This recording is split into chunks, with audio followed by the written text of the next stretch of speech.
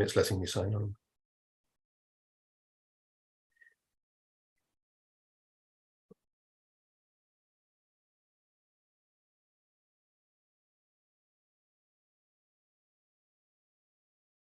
It's letting me sign on.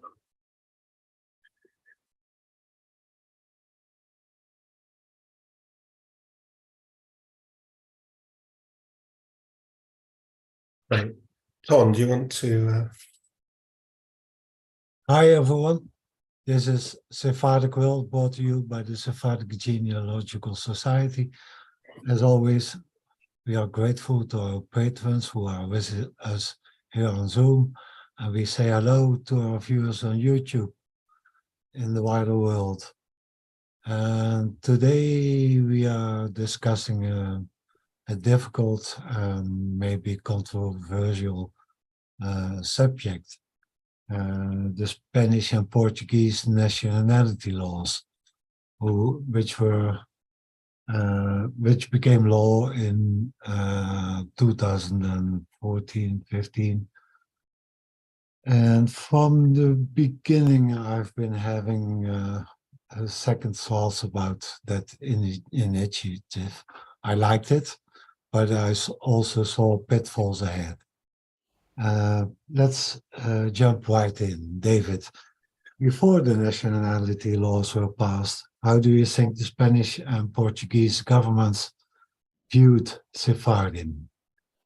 Yeah, first of all, let's just say that everything we're saying here today is a matter of opinion and should not be viewed otherwise. So how did the Spanish and Portuguese see us? I think in perhaps two different ways. I think certainly in Spain there was this time capsule view of us, that we were a community sort of left over from medieval Spain, speaking medieval Spanish, singing medieval songs and eating medieval food. And probably sort of dressed like sort of a gypsy fortune teller, and that's because they had the sort of stereotype of the Eastern Sephardim, of course, most of whom who had been speaking French for a couple of generations anyway, and probably not aware or not so aware of Western Sephardim and Megorashim and others. So I think there was that sort of rather romantic, maybe patronizing view, and then we have the traditional, let's say, anti-Semitic view of the sort of rich Jews with their fingers in lots of different pies, and that we can be helpful to them better if we're on their side rather than not. I'm not sure that we were generally seen sort of as we are, as a whole mixed bag of people. Do you think the Spanish and Portuguese government understood who they were talking to? Absolutely not. First of all, for the reasons that we just said, but also it's quite a complicated subject, because how do we define somebody who is Sephardic? Because their laws were in favor of Sephardim. So if we're talking about halakha, about Jewish religious law, somebody is Sephardic if they if they have a Jewish mother and a Sephardic father. But more generally, if we look back at how they have historically looked at something, we have sort of limpieza de sangre, sort of Nuremberg laws that, how much Jewish blood do you have? Are you completely a new Christian? Are you half a new Christian, a quarter of a new Christian, or whatever? And that would be another way to look. A third is somebody who has a Jew who has some Sephardic ancestry somewhere. You also, of course, have non-Jews who have Sephardic ancestry. We could define it by somebody who belongs to a Sephardic synagogue, and we also have what I would call the Morpurgo problem, that we have this family from Marburg in, I'm not sure that's Germany or Austria, but they joined the Sephardic community very early, but they didn't come from Spain. I mean, we would regard them after about 500 years, we would regard them as Sephardic, but would the Spanish and Portuguese. And also then we have a modern emerging situation where it can begin to be possible to identify people who, for example, originally had Romaniot or Mizrahi or some other ancestry, but have just been absorbed into the Sephardic community over time. We would regard them as Sephardic, but would the Spanish and Portuguese governments. And then I think lastly, the very word Sephardic is used in different ways. So we here would use it to describe somebody of Iberian Jewish origin, but certainly in Israel, it would be used either as somebody not Ashkenazi or somebody who just follows the Sephardic prayer book. And I think the Spanish and Portuguese governments really didn't understand what they were getting into, and that's before we even start to talk about genealogical standards, and perhaps we'll touch on those a bit later. Mm-hmm. Can you tell a little bit about the reasons why these laws were passed in the first place? Well, the given reason is historic restitution. That is to say, it is an act of contrition and apology, and I think repayment's not the right word, but so giving something back because of the expulsion of 1492 and forcible conversions in Portugal, and the Inquisition as well. And to be fair, the Spanish had been thinking about this for some years before they passed their law. I mean, historic restitution is the given reason. I do wonder if there are other things going on there as well, that Spain is under pressure from the periphery, especially from Catalonia, and it might be that we both, the Sephardim, are both a reminder of a sort of golden age, and also perhaps bringing in a sort of diversity angle, so you can be Spanish in lots of different ways. And then also King Juan Carlos, so many years before this, but perhaps was the seed. He visited the Sephardic synagogue in Los Angeles, and there encountered possibly one of the richest Sephardic communities in the world, and perhaps thought we were all like that, and I'd quite like to get them. And I think lastly, I mean, there's various population crises going on, and I think if you're going to try and attract a population to your country, then I think we, in some respects, we're quite an attractive catch. I mean, we're all, not all, mostly very well educated.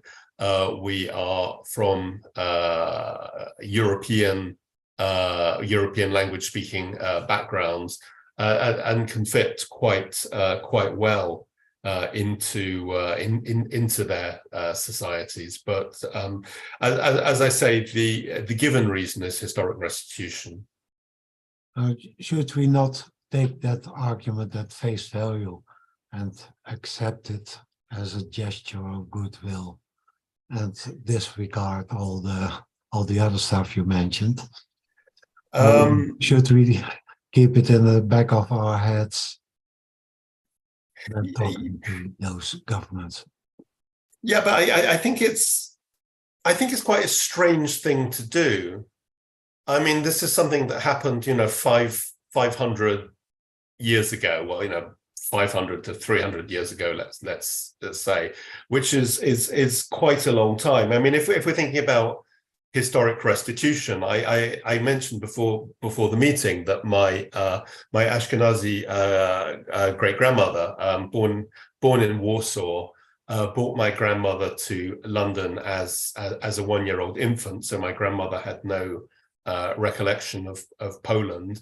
And essentially after the war, they were all that survived of this large Polish family. And one of the consequences of that was that my great-grandmother was the person to inherit quite a lot of property in Warsaw. Now, of course, the communists took over and didn't do that. And then, of course, they're not terribly keen in giving property back to Jews. But the question in my head is, at what point does the family's moral claim, I'm not talking about Polish law, which I both don't understand, and I think best to look at it as an ethical thing. At what point does our claim to that property expire? That's to say, when my grandmother died, who knew her mother, whose brothers and sisters own that property, when my father and uncle died, when my generation passes on. I mean, at some point it becomes ridiculous that we should be chasing after that property. And I have that same feeling for Spain and Portugal. I mean, I think for us quite a germane issue is certainly in the United States. They're talking a lot about restitution towards African Americans, but if we look at our own community, we have a lot of Black people, well, not a lot. We have a number of Black people from the Caribbean who have ancestors who were both Sephardic slave owners and ancestors who were slaves, and others of us whose family never owned any slaves. So I mean, again, in that restitution, should those of us whose family never owned any slaves pay money to people who are themselves descended from slave owners? So I just think, with respect to the Spanish and Portuguese law, I think it's very sweet, but and I've taken advantage of it, which makes me a hypocrite. But I'm not sure that we actually needed it. I mean, I don't think anyone was asking for it. Yeah, I remember a very nice broadcast from the Dutch version of Who Do You Think You Are? And this was about Hindustani lawyer, who had Jewish ancestors, Black ancestors, Hindustani ancestors. He was quite a representative of the whole of the Suriname population. And he was confronted with slaves in his ancestry, but also with slave owners. Mm. And at the end of the broadcast, he sat on his chair and he just looked up at heaven and asked for guidance from there. So these are maybe questions that cannot be resolved.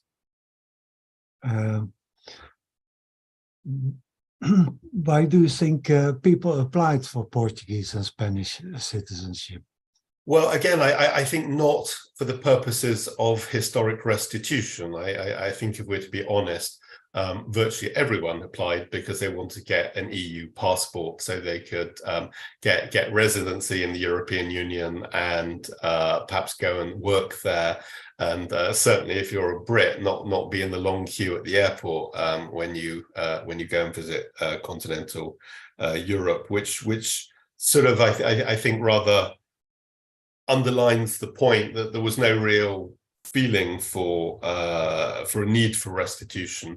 I mean, again, at the start of this process, I was interviewed, gosh, I mean, literally about half a dozen times, because it was when Brexit was happening, and to be honest, it didn't really matter what I told the journalists, because they always went away and wrote sort of Brits flee Brexit. But I think you know, I don't think that here for some people that was hugely important, but I think perhaps UK is quite unusual. That I think there were people who were just doing it, so applying for citizenship more or less out of curiosity. Although I think for the most part it is just so that, you know, you can get an extra passport if you're Jewish. I mean, given Jewish history, having a second passport is always a good idea. And, you know, again, it's just a way that people can sort of help their children and grandchildren, give them more opportunities. But as I say, I think that sort of rather undermines the historic restitution argument. Let's take a look at how the Spanish and how the Portuguese handled the whole process. How Sephardic ancestry verified in each country. We have a couple of people sort of waving desperately at us. Should we? Okay. Yes. Go to them now. Or go later. Yeah. Okay. Oh, fine then. Judy, do you want to unmute? Yeah, I'm gonna wade into some some sticky territory. So I was the first American on the West Coast to get a passport under the Sephardic law, and at the time there was no expectation, no conditions, and I thought that sounded good to me. Why not try it? And then the same week that I got the passport, Donald Trump passed his ban on Muslim refugees, and the irony of that was astonishing to me. But what I wanted to bring up is, in my genealogical research, I discovered that, like many of us, I'm descended from one of the people who financed the slave ships and arranged for them the whole trade between getting slaves from Africa, picking up Jews in Livorno, and plantations in Brazil. And it's well documented. I'm the direct descendant of this guy and probably others. And so for talking about restitution, does that apply to me? And that's a real moral issue. I got this passport out of a sense of wanting to right a wrong from 500 years ago. Well, do I have the same obligation? That's my rhetorical question. I think a couple of things. I mean, you mentioned Muslims, and one of the discussions that's been going on is why give passports to Jews rather than to Muslim, as well as not to Muslims, because there are in Morocco communities who know that they came from Andalusia. I mean, my personal view is that we are not responsible for things that we haven't done. Certainly not as individuals. I don't know on a national basis. Maybe that's different depending sort of when it happened. But also, of course, you have you have thousands of other ancestors who you might not know about, who might have been sort of you know, racing around the Pale of Settlement, being chased by Cossacks or goodness knows what. And it just, to me, it seems a rather strange thing to do, a rather OCD thing, that we're going in and we're trying to correct one specific historic episode. Because also, my family's last place in Spain, I mean, they'd gone to Spain from Portugal. It was, you know, perfectly pleasant small city, but my family ended up in London, one of the world's great cities. And, you know, again, I think the whole slavery argument, I mean, then do we regret Jamaican culture because Jamaican culture is a product, amongst other things, of that. And I don't know. I think just, I mean, this is my personal view.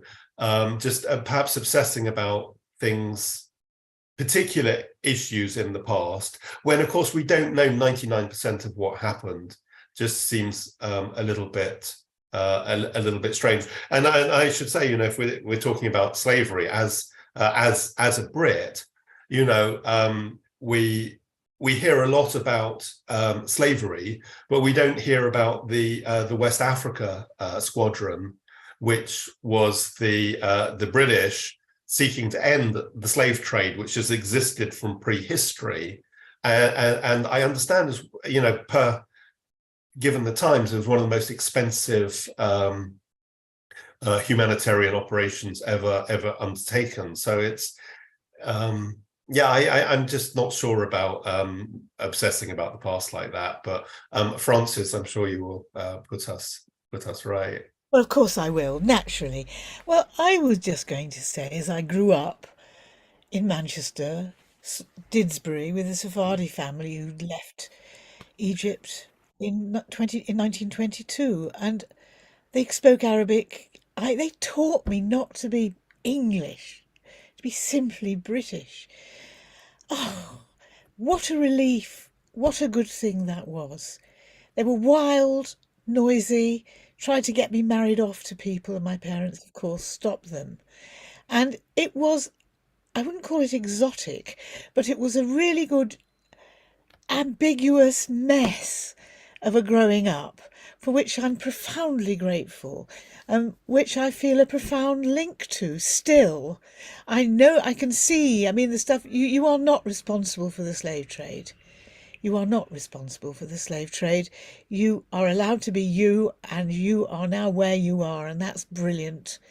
So I think that we should allow ourselves to be, I suppose, allow ourselves to be who we are. I've got my passport, but I can't get it because of COVID and everything. I've been completely stuck staring across the sea, wanting to get my passport. Was that Portuguese or Spanish? It's Portuguese. I've paid for it. It's all agreed, arranged, blah, blah, blah, blah. And I've just been unable to get it. I didn't get COVID. I got a very bad eye infection, which didn't go away. It's gone. And so it's been a very, very strange, almost metaphoric journey. Yeah. And I'm still on the verge of the sea, attempting to go to Portugal to get it, because the Portuguese embassy doesn't answer the phone. Yes. And doesn't really offer any appointments, however hard you try. So I will have to fly off there. Yes, I did exactly that. I just gave up trying with the Consulate General and went to Porto for a long weekend. And, You can advise me on how to do it. I will. A couple of people have had their hands. Can I say one more thing? Yes, of course. Thank you very much for for allowing us to be bifocal, bi-faced.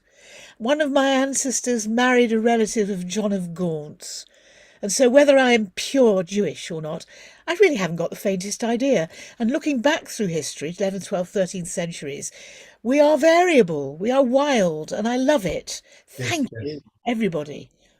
Tom, is it sensible that we... No, I think we should go to Michel Lyon and then continue. Yeah. Thank you very much. Okay, hand down. I just wanted to just say a few things. First, I want to acknowledge Judy. The question you ask is really mind-bending, and I wouldn't even. I don't know how to I would feel about that, finding that kind of information in my family tree. I could imagine it's really painful. So I did get my Spanish citizenship. In fact, I'm in Spain at the moment. And then I also helped my nephews get Portuguese citizenship. And I've been watching this for a while. And so if I seem, I might be a little impatient about sort of the nuts and bolts of it. You know, David, you were quoted in the article that came out in Vanity Fair this week. Yeah, yes, they And They didn't print what I'm always naive with journalists, and he didn't print what he said he was going to print. And at the same time, considering I actually thought it was one of the better articles to come out in terms of trying to recount what went wrong. And so I wanted to ask you a question. When you're saying what went wrong, are you primarily asking it about Portugal, or are you asking what went wrong about both Spain and Portugal? Because they went wrong in different ways. And that was one question. The second, I was really curious about if I'm sure one of the ways they went wrong, and I'm going to put words into your mouth, but knowing your expertise, one of the ways they went wrong is in giving to people who had no ability to judge the documentation of these claims to ancestry, the ability to make judgments. But I guess the question I have for you, David, is, was there any other way to do it? I mean, when you put yourself into the position of the Spanish and the Portuguese, who were dealing with the FCJE, the Federation in Spain on one hand, and the Porto and Lisbon communities on the other, who took two very different approaches to it. I mean, was there a better way to do it? I mean, well, I guess I'm asking you, what went wrong? So the question is, how did they go wrong in different ways, and what went wrong in your opinion? Well, the article in Vanity Fair was just completely focused on Abramovich, and I haven't actually seen any more general discussion about how it might have affected, certainly from the Sephardic side, and I'm hoping that we can get to some of the more spicy stuff. I mean, Tom, do you want to go to Luca and Bernard, or can we sort of push forward a little bit? I think we can continue, and remember that Luca and Bernard put up their hands first. Okay, thank you for that. Thank you. So, how was Sephardic ancestry verified in each country?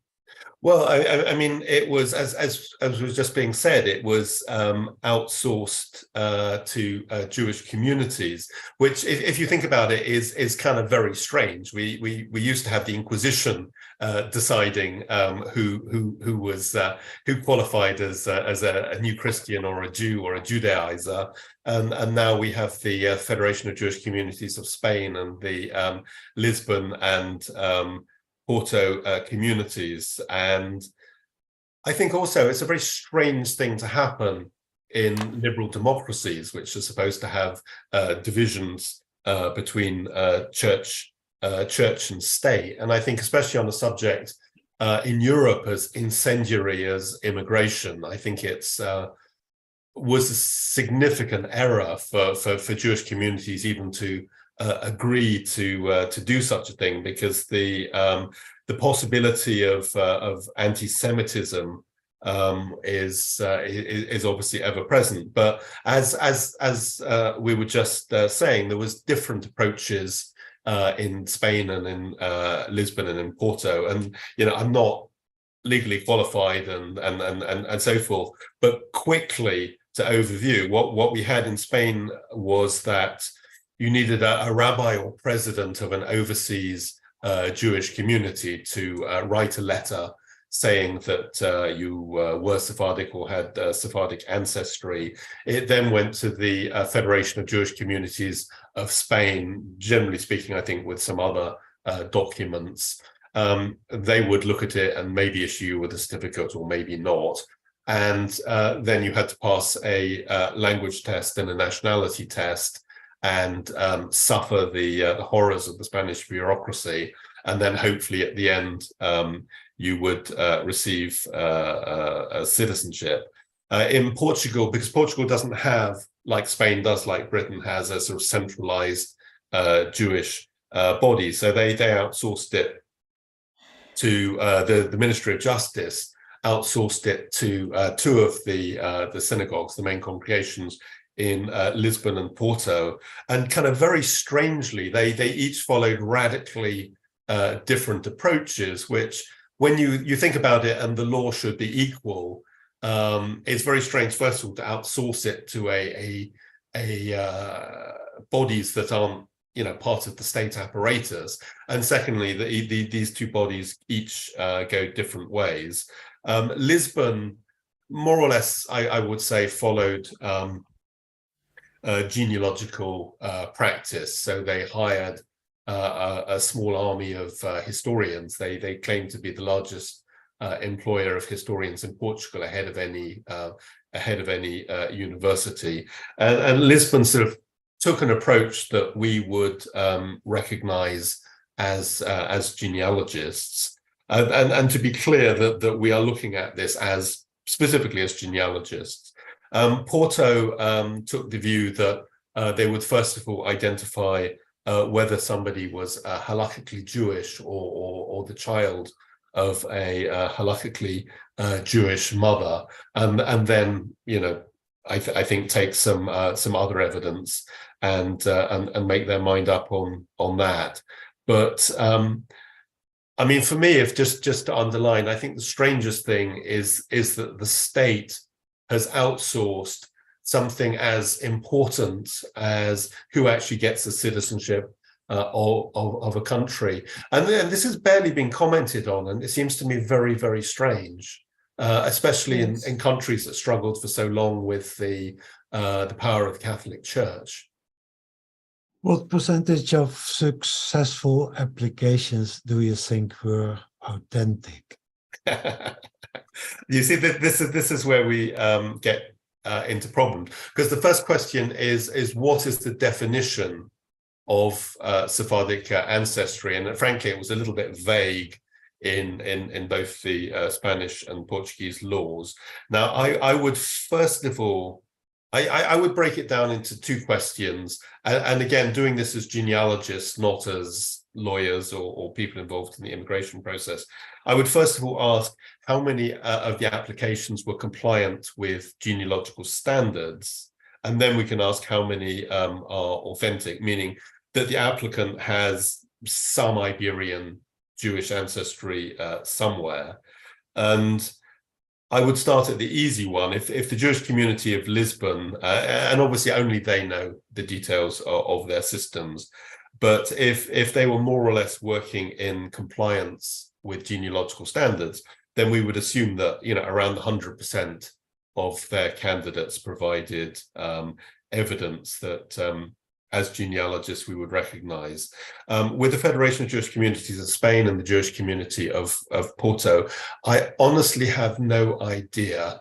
If I was to guess, I would guess that perhaps somewhere between 5 and 15% of the candidates to those institutions provided evidence that a genealogist might regard as solid, but that's just a guess. In terms of how many of the applications were authentic, and this is something I just haven't seen discussed anywhere, and we're guessing. I mean, to be clear, absolutely clear, this is a guess. So see it as a piece of fun rather than as a sociological critique.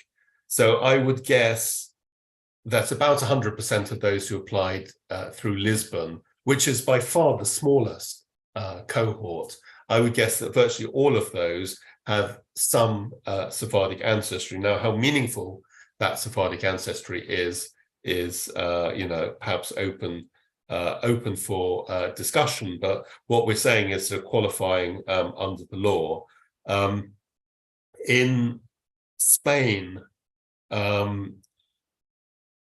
we've seen a lot of applicants from Argentina, from Venezuela, from Turkey, and from Israel. So it seems to me that these are places that have a lot of Sephardic Jews, and certainly those in Argentina and Venezuela and Turkey probably have good reason to try and get a foreign passport.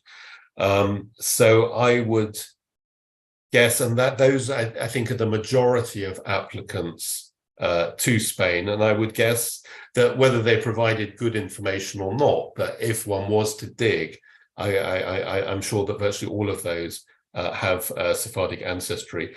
Where I start to have questions is, I was a critic of the Jewish Federation of New Mexico, which has since closed its doors, and they were promoting the belief, which may or may not be true, that populations in the American Southwest are descended from Sephardic Jews, Sephardic refugees, however we describe it.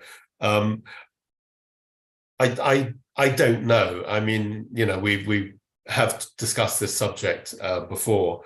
I suspect probably not, but I don't know. But again, this is my opinion. I don't make the laws, so my opinion perhaps is not important. And also in the media, we saw that there was a Palestinian Arab lady who received Spanish citizenship under the scheme. And what it was saying in the media was she had the same surname as a Sephardic family in Argentina, and it was an Arabic surname. So I would have a question mark there. But I would think that most of those, remembering the Spanish closed their scheme at a particular point, I would think that the large majority of people who received Spanish citizenship have some Sephardic ancestry somewhere. The big mystery is Porto, and of course this is the most litigious and well, not litigious, but they're always threatening legal action against people, and the only detailed application in the public domain that we have seen, assuming it is genuine, are the documents for Roman Abramovich's application, which we can perhaps discuss a bit later. Let's perhaps discuss Porto a bit later. But to be clear, they were transparent about what they were doing, and that was accepted apparently by the Portuguese Ministry of Justice. So my point is, if we as genealogists might have an issue with what they're doing, it doesn't in any way mean that it is illegal or contrary to Portuguese law. I think perhaps part of the problem is that it was compliant with the law, but we can discuss those in a little bit, I think. Yeah, does the genealogy community carry any responsibility for what happened? I mean, I think not our group of friends, because at the very outset we set out methodologies and things. You and I, with some help from others, wrote a code of conduct for the Sephardic Genealogical Society, which of course was completely ignored by one and all. But had it been followed, I think there would have been no problems. I think within the world of Jewish genealogy generally, and this is one of the issues we have going on at the moment as we head towards the London conference, that Jewish genealogy has historically been a largely Ashkenazi venture, and possibly Sephardic genealogy hasn't been treated terribly seriously. So we used to have this concept invented around the time of the Sephardim.com website, which Ton and I sort of originally bonded over. So we're talking about 1998, that there were such things as Sephardic surnames, and essentially any surname ever used by Sephardic Jew or New Christian was by definition Jewish. And of course, these include virtually every Spanish and Portuguese surname. And that is the underpinning, I think, of a lot of these crypto-Jewish beliefs. But also we saw these lists suddenly reappearing on lawyers' websites as they were touting for business for the nationality schemes. I think also mainstream Jewish genealogy, and until perhaps our particular groups of friends turned up, were terribly keen on the whole crypto-Jewish stuff, perhaps without reviewing the evidence as carefully as might have been done, and also the belief of Jewish communities or Sephardic communities in Eastern Europe, which is not entirely, I think, correct.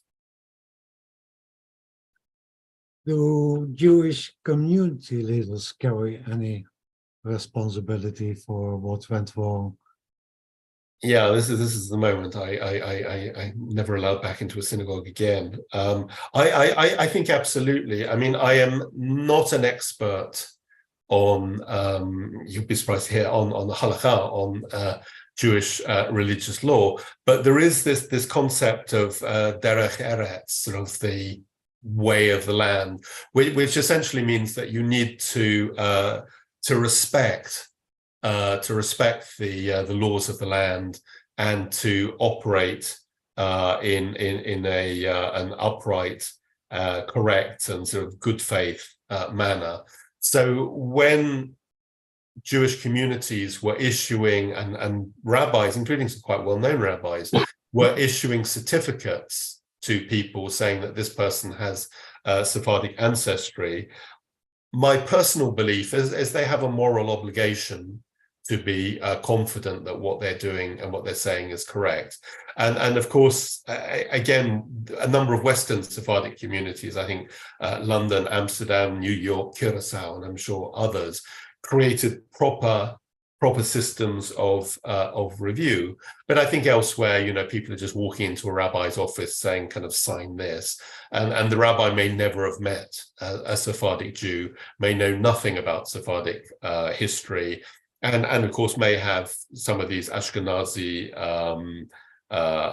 some stereotypes. So believe that the Goldbergs from Minsk are secretly Sephardic somehow. So I think there is a problem, and nobody within the Jewish community, again excepting ourselves, has raised any concerns. I mean, we issued a press release which was actually picked up by the Portuguese media. I mean, I would go further. I think that the Portuguese and Spanish people are owed an apology by the Jewish community.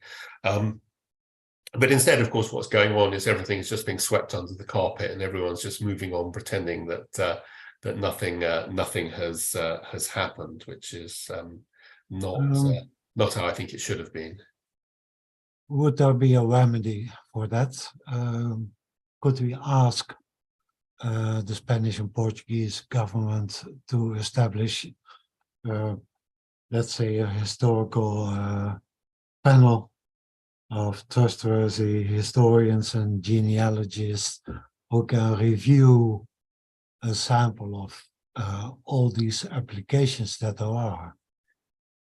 That would be nice, but both the Spanish and Portuguese governments have sort of declared victory. They both announced that they have achieved their goals of satisfying this restitution need, and again, they just want to sort of sweep everything under the carpet and move on.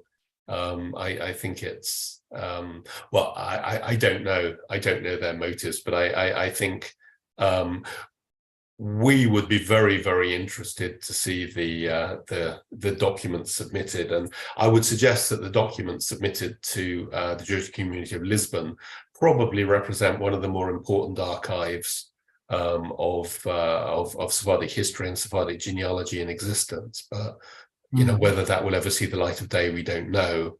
I have no idea about what's going on in Spain, and I believe the Porto community archives were confiscated by the police, or at least their computers were. So, so who knows? What do you think happened at the Jewish community of Porto? Oh gosh. Well, what we know, what's in the, I don't know anything that is not in the public domain. So we know that they were raided by the police. Their rabbi was arrested. He was later released and has since, according to the Vanity Fair article, is now living in I think it's said Ashdod in Israel. And they announced their withdrawal from participation in the scheme. I mean, I'm not legally qualified, and I really don't like how Porto operated, but I don't actually think that they broke any law. I mean, I think that they were quite transparent in what they were doing. I mean, I think as a genealogist, I would say that's not how to behave. But again, it's not our business. It's between them and the Portuguese Ministry of Justice.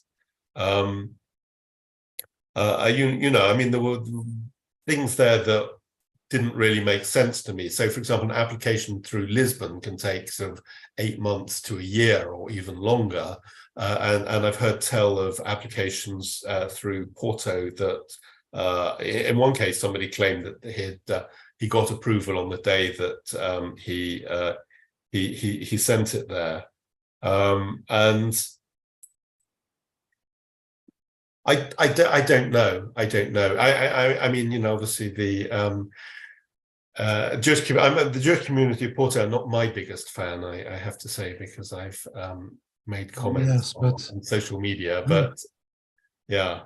The overall intention of the Spanish and Portuguese government was to make a reparation to descendants of those they kicked out in 1492 and 1497 and later. And if they now give citizenship to people who don't descend from those people, that's not in compliance with the essence of the law, I would think, or the intention of the law. Yes, I don't disagree. I mean, Napoleon always said that a conscript army would always be more intelligent than a volunteer army, because nobody in their right mind would volunteer. But that even in the conscript army, the smartest people would escape. So I mean, in any system, you would expect people probably who don't qualify to get in. But I have a profound discomfort with how what the Jewish community of Porto did, which is, of course, my problem, not theirs. As I say, I don't think that they broke any law. I mean, I'm not qualified legally, but I think the responsibility rested with the Portuguese Ministry of Justice. I mean, they should have clearly defined, you know, who qualified and how to verify who qualifies. And Porto in turn were, I think, critical of Lisbon, saying that, you know, they're letting people who have only the most tangential connection with Judaism to get citizenship. So I don't know. We'll see how things evolve. I suspect they won't evolve. I think everybody wants to move on, despite sort of histrionic outbursts occasionally from the Porto community. They were, when they were dedicating their new cemetery recently, there were demands that the Portuguese Attorney General and the head of whichever relevant police section it was should come to the cemetery and publicly apologize to the community. So I think there's like wounded feelings all around, to be honest. Why was the Spanish offering closed? That I don't know. What I have read is that a lot of people, I mean, very large numbers of people, especially in Colombia, who apparently don't have Sephardic ancestry, were suddenly applying And because of how we've discussed, if you've got a letter from a rabbi and so forth, you're going to get through the system even if you haven't got any Sephardic ancestry. So what I heard, and I don't know if it's true, is that's why they precipitously decided to close the scheme. Although they then, of course, gave an extra year for people just to finish off that application. Michelle says that this has nothing to do with it. Okay. It was always planned to be 3 years only, with an option of 1 year longer. Okay. They did 1 year longer, and then it was closed. Okay, and of course the Spanish had a pre-existing system under which Sephardic Jews could get citizenship, and it still exists. Mm-hmm. You were interviewed by Vanity Fair magazine. That's a big honor, of course. Gabriel Senderovich of the Jewish community of Porto told Vanity Fair, those who doubt the Russian businessman Roman Abramovich Sephardic origins do not know the law, do not know the case, or do not know both. Do you agree? Yeah, I mean, obviously remembering that people are falling out of windows at the moment in Russia. I think that the laws, first of all, the laws in Spain and Portugal were so vague that I think we have seen people without Sephardic ancestry receiving citizenship. As we've discussed, and we've had meetings on this, and indeed it's going to come up again at the conference forthcoming in London, that a lot of Ashkenazi Jews have the belief or family traditions in Sephardic ancestry, and it's entirely possible that Roman Abramovich is one of these, comes from one of these families. I mean, it's just because somebody is rich and famous, it doesn't mean that they don't have those family traditions. So my point is, it's perfectly credible to me that Abramovich genuinely believes he has Sephardic ancestry, because Ton and I, you know somebody in the world of genealogy who is a very strong advocate for the claim that she has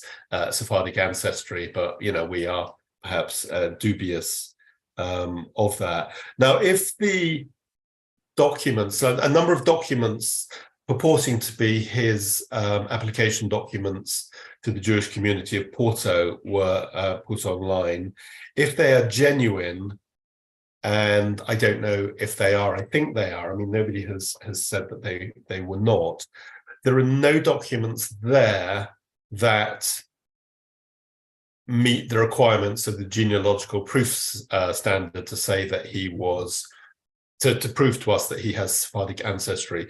But of course, that is not the requirement. He had letters from a variety of rabbis stating he had Sephardic ancestry, which is the basis on which I understand that the Porto community certified him.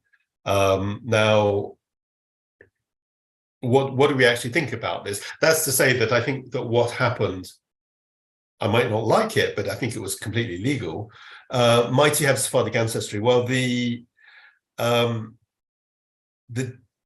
letter he received from the chief rabbi of Moscow said that he had various traditions, including food traditions. And I suggested to the journalist, because the journalist was like racing backwards and forwards between everyone, that he asked the chief rabbi of Moscow what he meant by Sephardic food traditions in Abramovich's family. And in the article, he said that he asked the chief rabbi, and the chief rabbi basically didn't know. So Abramovich also, the Abramovich claim, which of course may not be from him personally, claims that his family were coming from Hamburg, that's to say Western Sephardic, which, Ton, is obviously your territory in particular, and so there is no evidence, as I understand from your work in the Dota records, in the marriage records, and just generally in the other Amsterdam records, showing Sephardic activity in the part of the world to which he was supposed to have gone.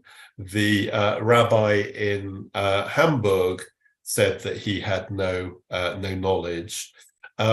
If we look at genetic information, and sort of Adam Brown isn't here today, but generally my understanding is the Avotaynu DNA project, where they find DNA apparently from Sephardim in the Ashkenazi territory, it's more or less a sort of a ring of the sort of Ottoman Empire's furthest extent. So that's to say, you know, people were living on the border, and then when the Ottoman Empire was pushed back, these Sephardic Jews ended up on the Habsburg side of the Polish side of the border, and probably over a period of hundreds of years just got absorbed into the Ashkenazi community and forgot their Sephardic roots until DNA came along. So that it just seems to me that if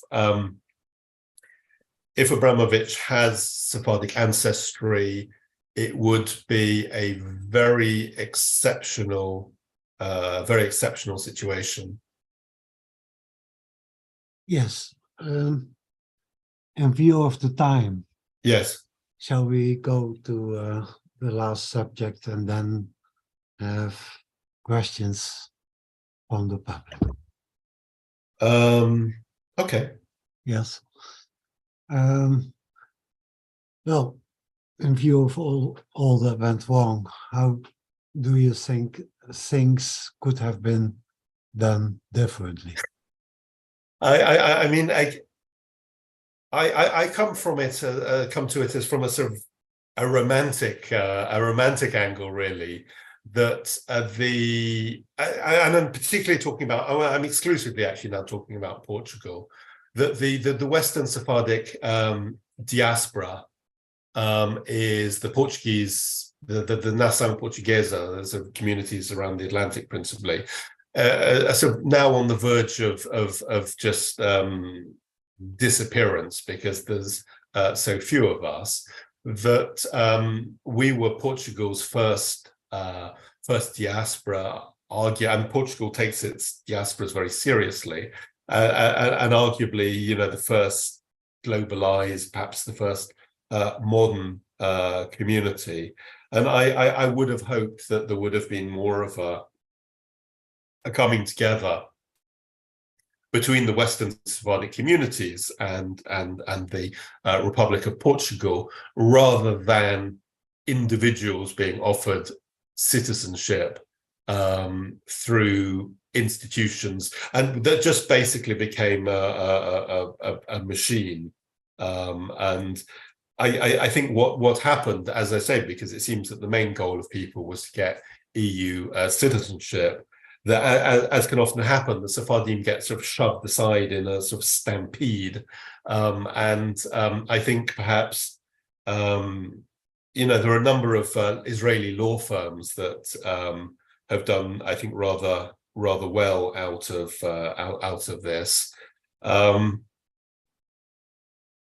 I don't know, I think as you were saying, we've now got a situation where I think a lot of people who've done the right thing may not receive citizenship, whilst those perhaps who, and people who have significant Sephardic ancestry, whereas perhaps a lot of people who don't have any Sephardic ancestry may have received citizenship. I mean, we're one to be completely cynical. I think the main beneficiaries of the scheme are probably BMW and Mercedes-Benz, because of all the money that these lawyers have made. And I think at the end, perhaps the Sephardim are perhaps the biggest losers. So I just think that the engagement between Portugal and Spain was done badly. I think it should have been done on a communal basis rather than on an individual basis. But what's done is done. So that's just a personal opinion. And obviously I'm somebody who actually belongs to a Sephardic community, although I think everyone here has an interest in the survival of that that particular subculture. Well, already there has been some scientific research into the whole process, or parts of the process, with regard to Spain. I think we should plead for more research into what went on, and I would plead that historians and genealogists get access to those files, of course, on basis that limits access to living generations. But I think at least historians should have access to the whole thing and see what went on within those applications and how they were handled. After all, that's a requirement of government everywhere, accountability and transparency. And so I think we should go on pleading for that. Can we discuss now? And Luca Ascoli has his hand up. Yes. Can you unmute yourself? Can you hear me? Yes. So, well, thanks for this conference, which is very interesting. Hi, David and Tom. I was last week in Lisbon because I have 3 children, and they had different ideas of whether they wanted Spanish or Portuguese. So at the end, I was involved with both applications. For Spain, because we talk very often about Spanish government here, I would like to state that because of my work, I knew somebody who was involved in this law, and Spanish government is not a monolith in the sense that this law was pushed by the center-right Partido Popular. When they did it at the beginning, the left was very much against. There were heated exchange with the extreme left in the parliament, and then the law was finally closed when the Socialist Party was in government. So you had different opinions inside the Spanish government, referring to, of course, linked to different political views. At the end of the day, I don't think that it's so important, to try to figure out why they did it, what's behind it, what could be the main reason. Of course, the reason could be we could have many reasons, and it is difficult at the end to figure out what a group of reasons could have been played a role altogether. But I was involved, as I said, with both the Spanish and the Portuguese, and it was interesting for me to see that it was a very, very different mindset and different procedure. For the Spanish one, they really, it was difficult for me because they really wanted to have proof of unbroken Sephardic link between myself and I did it, of course. And it was also a good occasion for me to reconstruct the whole genealogical, tree of my family, and it was also an occasion for me also to study this Sephardic community in Italy. Before it was like an afterthought, but then I realized, how many Sephardic people passed through Italy and what they did, and so it was all very interesting. But the Spanish, they were not interested whether we are halakhically Jews or not. I had really to present a lot of documents showing Sephardic ancestry and give proof and so on.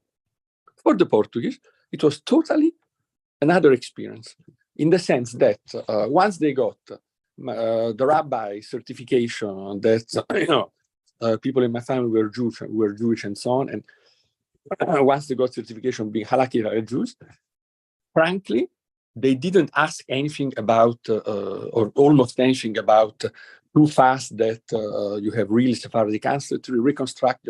So in fact, I got through the community of Porto. This was, of course, things might have changed because I did it, we started 3 years ago and so on. But I had the clear feeling that while Portugal was looking, Porto, if you were hierarchical Jews or not, in Spain, the Jewish Federation of Jewish Community, they didn't care if you were hierarchical Jewish. They really wanted to you to be Sephardic or have Sephardic ancestry. And at the end of the day, I was in Porto last week because of my daughter, and there were 20 Israelis with me. In fact, 3/4 or 2/3 of the people who have Portuguese nationality are Israelis for Portugal, while the proportion is very small concerning Spain. Spain, we have a bunch of people from South America, basically. In Portugal, 2/3 are Israeli, probably because they didn't have to learn the language as in the Spanish case. And I think it's interesting because they were all telling me the same thing. They were saying, up to now, to have a second nationality was seen in Israel as some sort of Ashkenazi privilege. This law of Spain and Portugal changed the mindset, changed the framework of people. Even, let's say, people of not Ashkenazi origin could indeed get Portuguese nationality. And they were telling me, especially given the turmoil that is happening in Israel now, how happy they all were to get this nationality. So to finish, linking to what I started, I think that whatever the reasons, this law gave a lot of people the opportunity to have Spanish and Portuguese citizen. And I think that this should be, at the end of the day, this should be appreciated. And many, of course, you have lawyers in Israel who earn a lot of money, but a lot of people, I can assure you, they're very, very happy in Israel, especially now, to have this Portuguese citizenship. Thank you. Can I just disagree with you because of course. I think first of all, has this done any benefit to the Sephardic community? I think probably not. Certainly in Spain, I mean, I've seen quite a lot of documents from different people, but certainly in Spain, I know that they were accepting so-called surname reports. I mean, maybe they changed at some point, but these are reports that saying, well, X has the same surname as a Jew who got, burnt alive or something. Therefore, that person is Sephardic. So I know that they've got through like that. And in Porto, I mean, to my probable knowledge, people of Mizrahi, Ashkenazi, Berber, Jewish ancestry, who are halakhically Jewish, have received citizenship with no apparent evidence or knowledge amongst the applicants of having Iberian Sephardic ancestry. So, yeah, I mean, it's well, what's happened has happened. So, there's no point in. But I don't think we disagree, David, because for Portugal, this is also what I said. Yeah. That for them it was more important that you were hierarchically Jews and they didn't look very much as if you were Sephardic or not. I don't necessarily disagrey to the fact that maybe it was, if it beneficially or not for the Western Sephardic community. This I'm not. I cannot provide an answer, but I'm happy to take your view on this. But at the end of the day, I just wanted to say that, especially in Israel, this law gave the possibility to many Israeli to acquire the citizenship, and up to now, a second citizenship, through Poland, Germany, Lithuania. And they saw it as, it was considered as some sort of Ashkenazi privilege, which other people couldn't do. And at the end of the day, it was about also giving opportunity to people to have a second nationality if they wish so. And of course, if you didn't want, nobody obliged you to do it. So I think, so this is the way I see it. I met these 20 Israeli last week in Portugal, and they were all super happy to get it. Thank you. Bernard, can you unmute yourself? Yeah, can you hear me? Yes. Okay, yeah, I just wanted to make 2 points. One is historically looking backwards. and the other is looking forwards. And I don't know what has happened there, but That may be me. okay. I was going to say I didn't think I'd touched anything.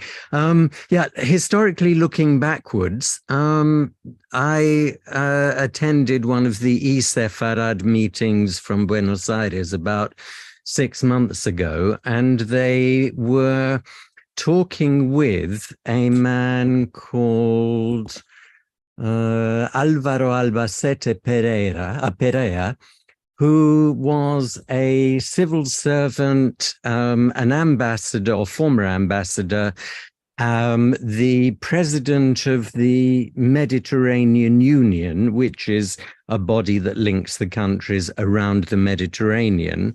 But he was one of the civil servants in Spain made responsible for the implementation of the law.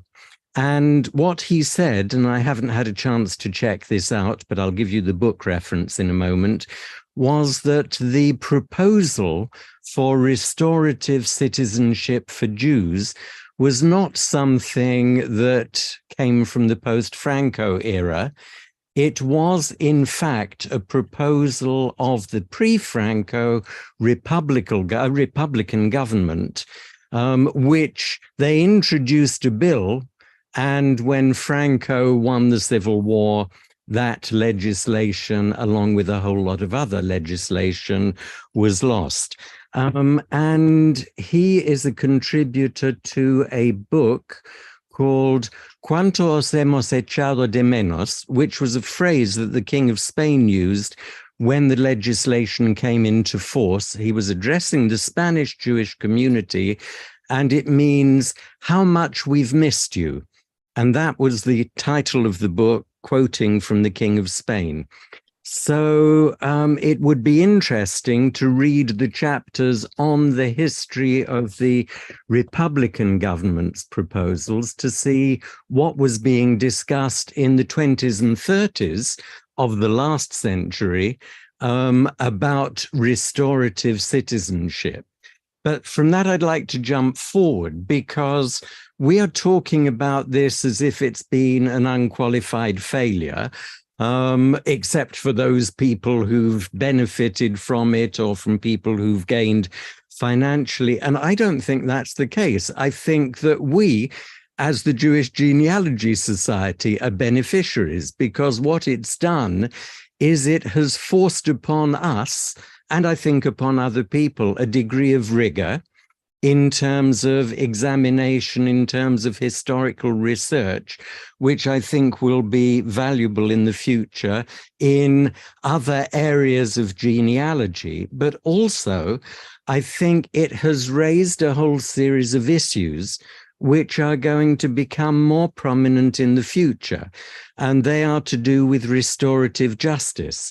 And I think that if we are able to extract lessons from that and share it with people who are dealing with restorative justice issues internationally and historically in other areas, particularly in areas relating to slavery, in areas relating to genocides, in areas relating to historical racist discrimination, I think that from what has happened, from what we've learned and from what others have learned, there could be valuable lessons.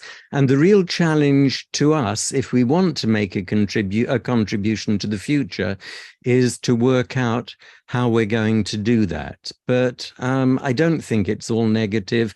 And I don't think that the motives behind the original decisions were necessarily flawed. But like everything that happens, you get this situation. The phrase in Spanish is hecho la ley, hecha la trampa, and there are equivalents in all of the Mediterranean Latin languages. Once you've got a law, there will be a loophole, there will be some breach of it, some violation, and you have to be aware of that. You have to learn from it, and if you can learn and adapt while you're implementing it, so much the better. But I do think that it does have valuable lessons.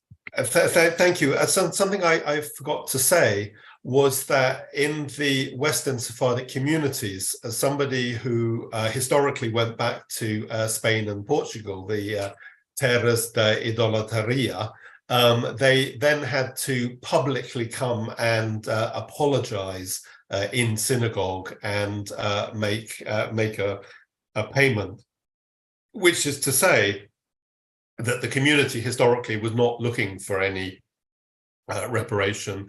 And I think a second point I just throw in, which is perhaps a bit naughty, is that it seems to me that the Portuguese monarchy was much more open to Jewish immigration than the current Portuguese Republic is. Jacob, just before we go to you, can I just apologize to Kevin on YouTube that he couldn't get into the group, and we will come to your question in due course. Jacob.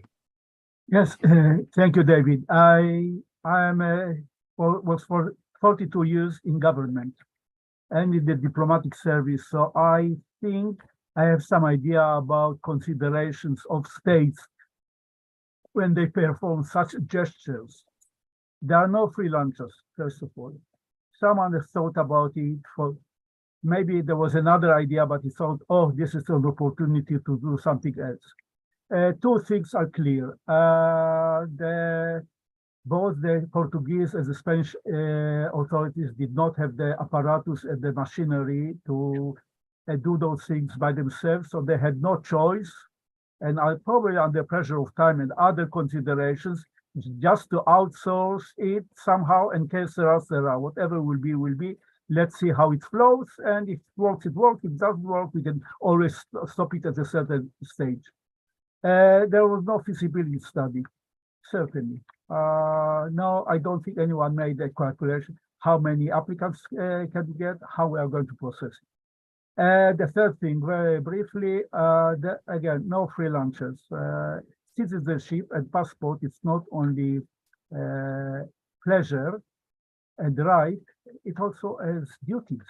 If you are a citizen of a certain country, you sign some document, and then one day this country can come to you with different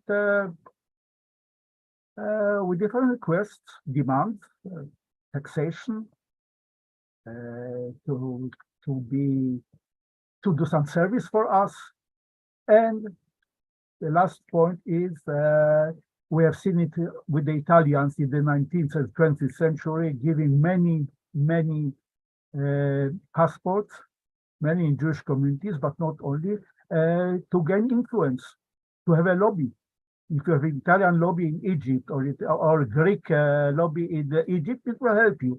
And the lobby is also operated by your own citizens. Thank you. No, thank you. That's good points. Bruce, can you unmute yourself? Yeah, thanks guys for doing this retrospective, and thanks for everybody's thoughts. A couple things you've mentioned, Tom, and David touched on it as well, that the however they did give citizenship, the filings, whether they resulted in awarding or didn't award citizenship, represent a huge archive of whether good, bad, indifferent data. And I wonder, thinking back to the constitutional questions around these laws or the withdrawal of these laws, whether there would be a way to get access to the material for archival purposes. That's a question or a thought for us to maybe pursue. Second, which is triggered by Jacob's remark, typically governments do cost-benefit analysis. They want to see that a policy resulted in a positive string of benefits.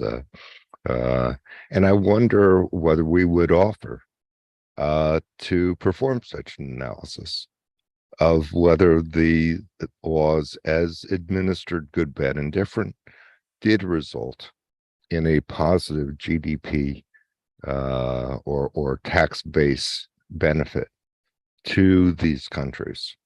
And there is no free lunch, but given worldwide taxation, certainly from the US, or apportioned given tax treaty treatment,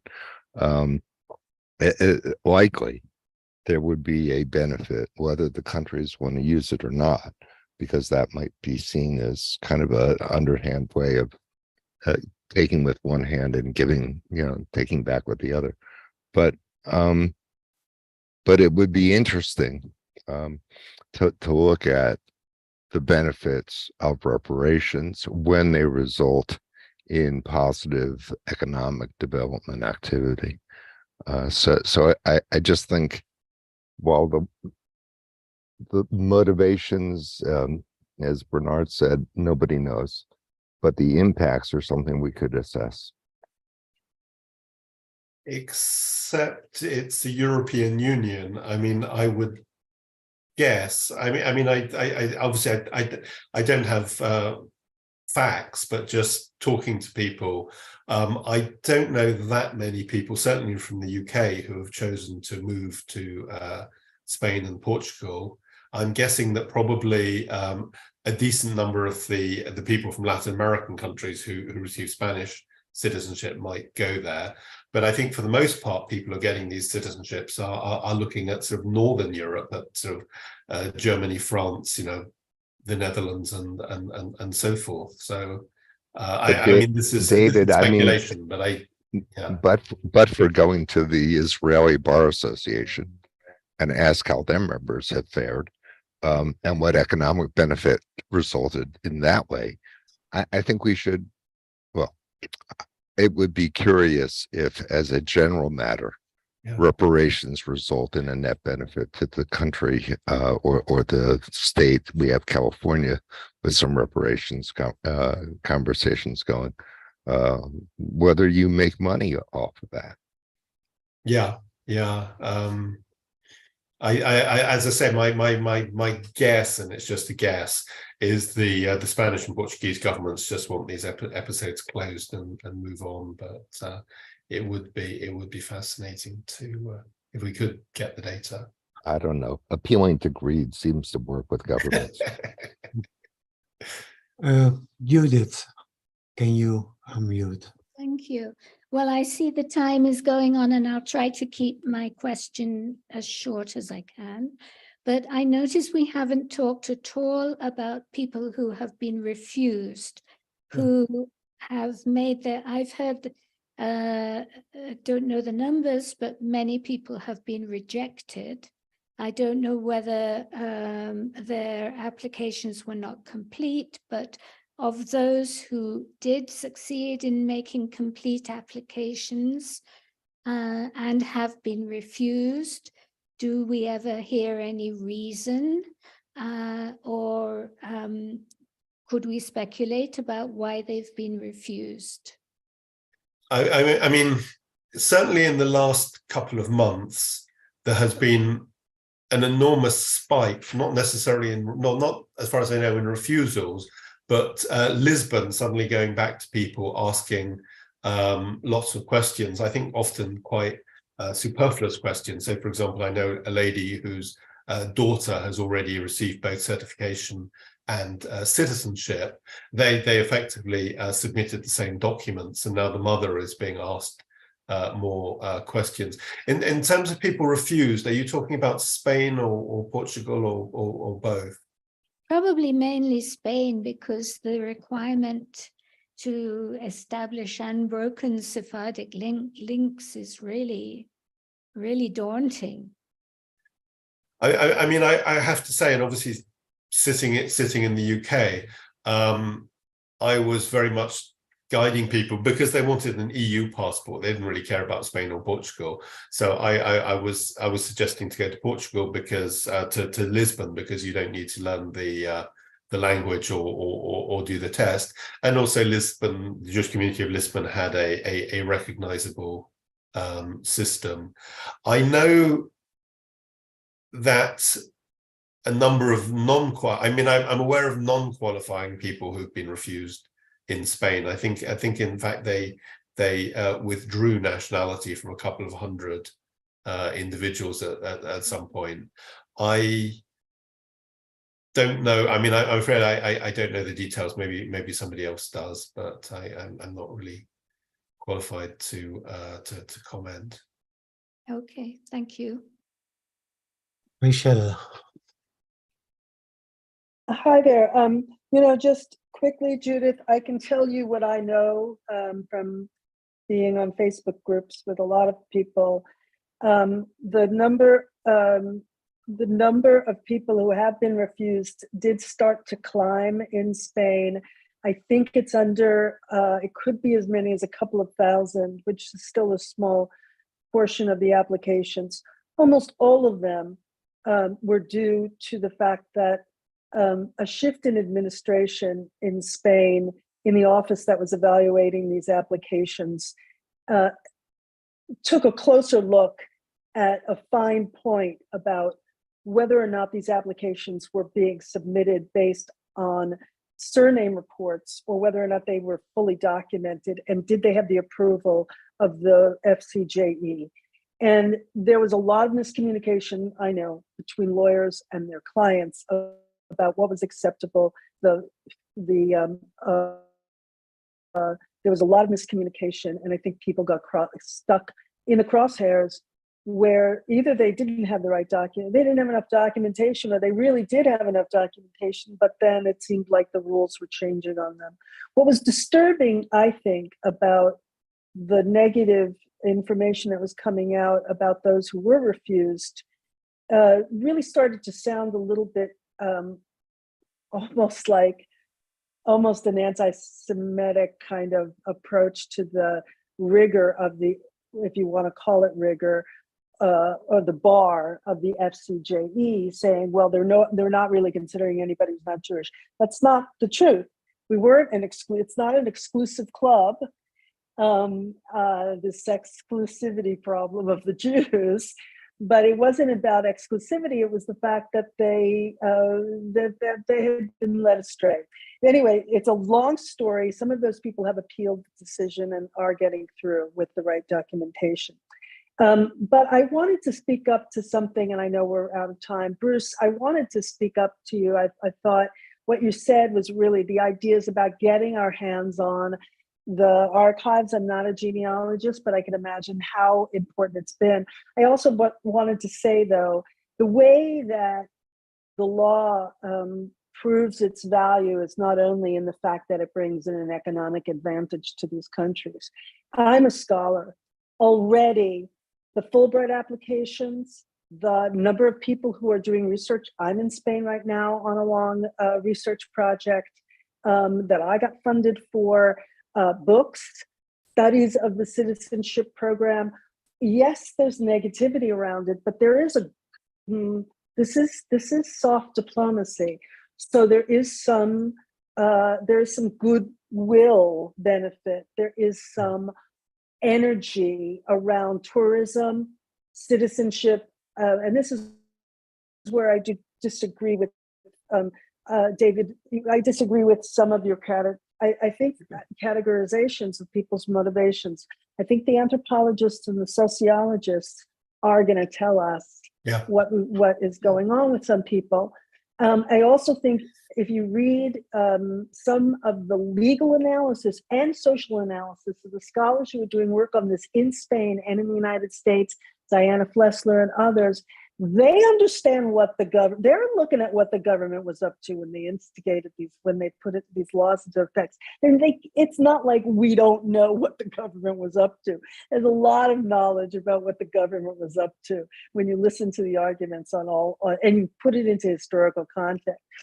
So I am disagreeing about a few things. So my points are, let's not forget that I'll call it goodwill, but we could also call it soft diplomacy, in the sense of there are benefits to these programs that are more than just bringing economic advantages to these countries.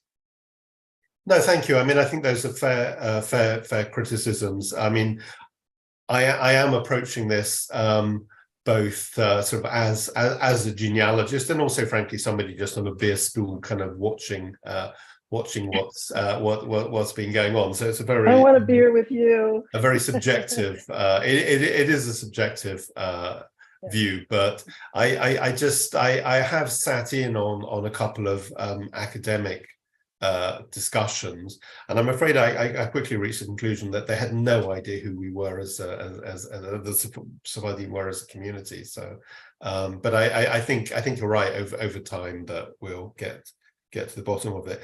Tom, if it's okay, I'm sorry, Bernard, can we go to comments on YouTube and then quickly comments on any other comments? I'm afraid I can see there's 26 in chat. I haven't looked at any of them because we've overextended already. Harif UK essentially says that we should be speaking with Porto, and that what's being said is hearsay. I mean, I have actually tried to contact Porto in the past. They have not responded in any way. And with respect to the claim of hearsay, I have seen documents that Porto have approved, and I can certainly say they do not match the genealogical proof standard. And I am aware of individuals who have received citizenship through Porto that I would certainly be very surprised if they had any Iberian Sephardic ancestry, but of course they might. If I may break in, yes. There are a few remarks in the chat that say that there are applications that have gone through Porto which are legit, which contains detailed genealogies, yes, and were approved by Porto. So not every application has been done the wrong way. Yeah, yes. I mean, the point I was making at the outset is I'm sure that most of those people approved by Porto have Sephardic ancestry. The question is, I have no idea how. What percentage? And of course, it's not my business, because it's the Portuguese government's law, and it is for them to decide.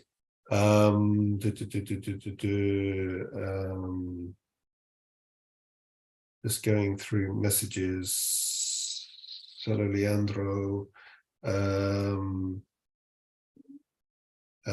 Kevin. Yeah, I mean, Kevin is basically raising the going back to the point about who qualifies, and should it really just be somebody who has maintained that Sephardic identity, and also is not terribly pleased with Israeli law firms. Yvonne is asking whether a DNA test would resolve Sephardic ancestry. Unfortunately not. For Ashkenazim, where they come from a quite a small source population, it's much easier.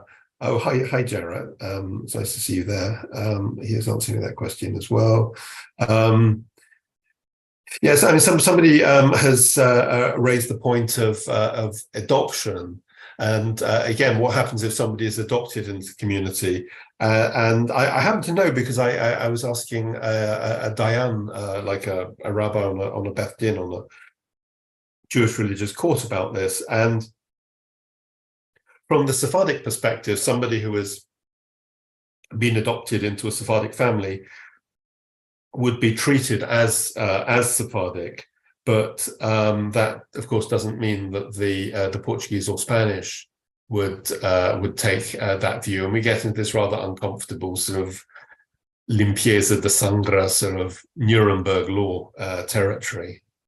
But Tom, are there any more comments in chat, because we've massively overextended? Judith Romani asks to get into contact with applicants, and she wants to do short interviews with them.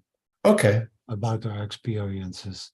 And her email address is judithromani@gmail.com. It's also in the chat. Okay, great. If she can remind us, we can put that into our next mail shot. That's about it. So we can go to Bernard for the last remarks. Okay, I thought I saw a question or something from Steve Lopez at some point. Steve, do you want to?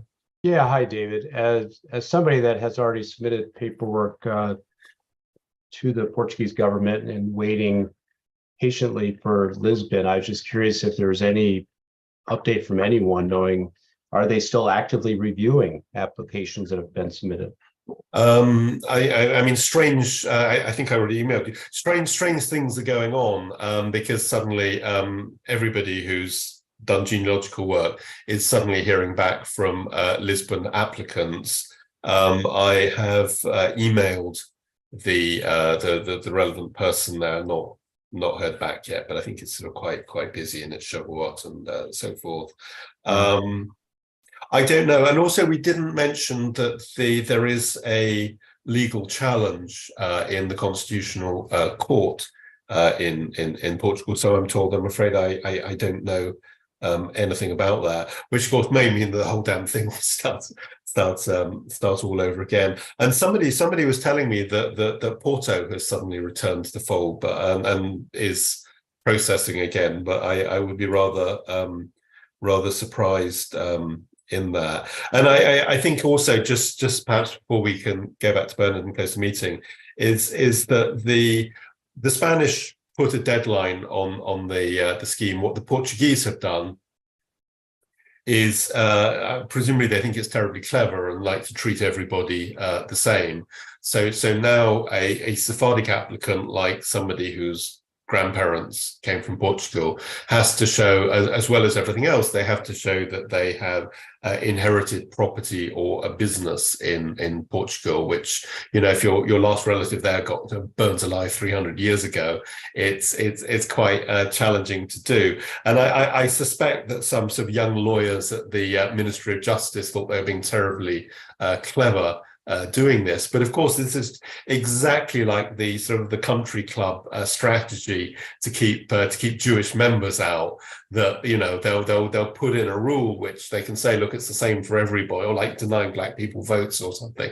They'll put in a rule which says it's, you know, the same for everybody, but denies a particular group of people. So I would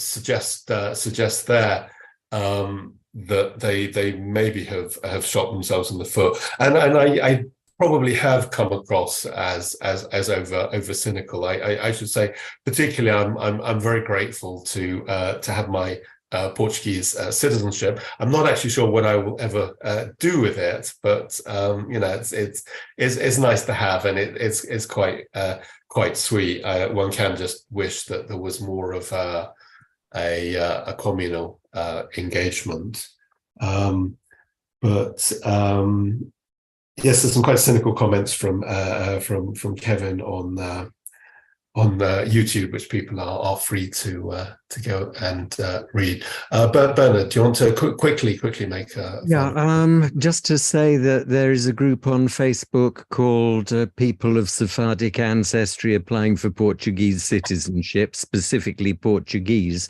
and a lot of the questions, particularly the ones that Steve raised, do get answered. One of them is the rejection rate, which so far has been below 1% on processed applications. There are still approaching 250,000 applications and virtually no national network for dealing with it. They're now farming out the processing of applications to things like local vehicle licensing offices. They had to pass special legislation to do that. But every day in the group that I just mentioned, People of Sephardic Ancestry Applying for Portuguese Citizenship, there are news stories of people whose applications have been approved. And some days it's 5 or 6, some days it's just 1. And most of the time scale seems to be about 3 years. So don't give up hope. I haven't even heard back from Lisbon, from the Jewish community, who took my money nearly 2 years ago, sent me supplementary questions, which I answered last July.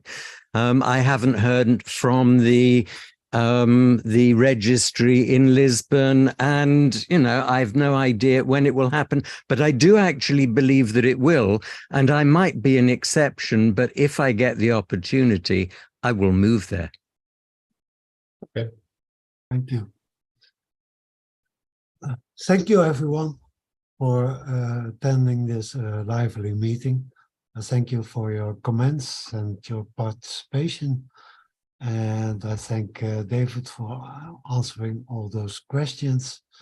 To sum it up, there are things that went wrong, but there are also things that went okay. And like I implicated in my questioning, I think we should take the intentions of the Spanish and Portuguese governments with this law at face value. That's the least we can do. How they handled things afterward, well, we can differ of opinion about that. But with these words, I would like to end this meeting, and we will be here again in 2 weeks' time. Thank you. Sorry, could I just add that chat was going really quickly. Somebody was asking that we send them somebody else's email. Can you please just email to us and we'll send that to you? But no, I think, Tom, that's very fair. And so thank you, everyone.